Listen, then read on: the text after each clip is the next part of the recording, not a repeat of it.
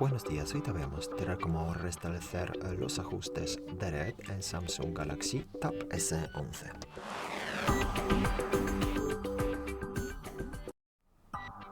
Para empezar, abrimos la aplicación Ajustes y de aquí seleccionamos la pestaña Administración General. Es esta, es una de las últimas. Hay que pasar más abajo a Administración General. Luego aquí a la derecha pasamos a la opción Restablecer, la penúltima opción de la lista, y aquí a la derecha seleccionamos restablecer ajustes de Wi-Fi y Bluetooth. No se puede restablecer los ajustes por separado, como ves. Vamos a borrar ajustes de Wi-Fi y Bluetooth juntos. Luego más abajo confirmamos y ya está. En unos segundos pues a restablecer los ajustes de Wi-Fi y Bluetooth sin problemas. Muchas gracias por ver el vídeo. Dame un comentario abajo, suscríbete al canal. Hasta luego.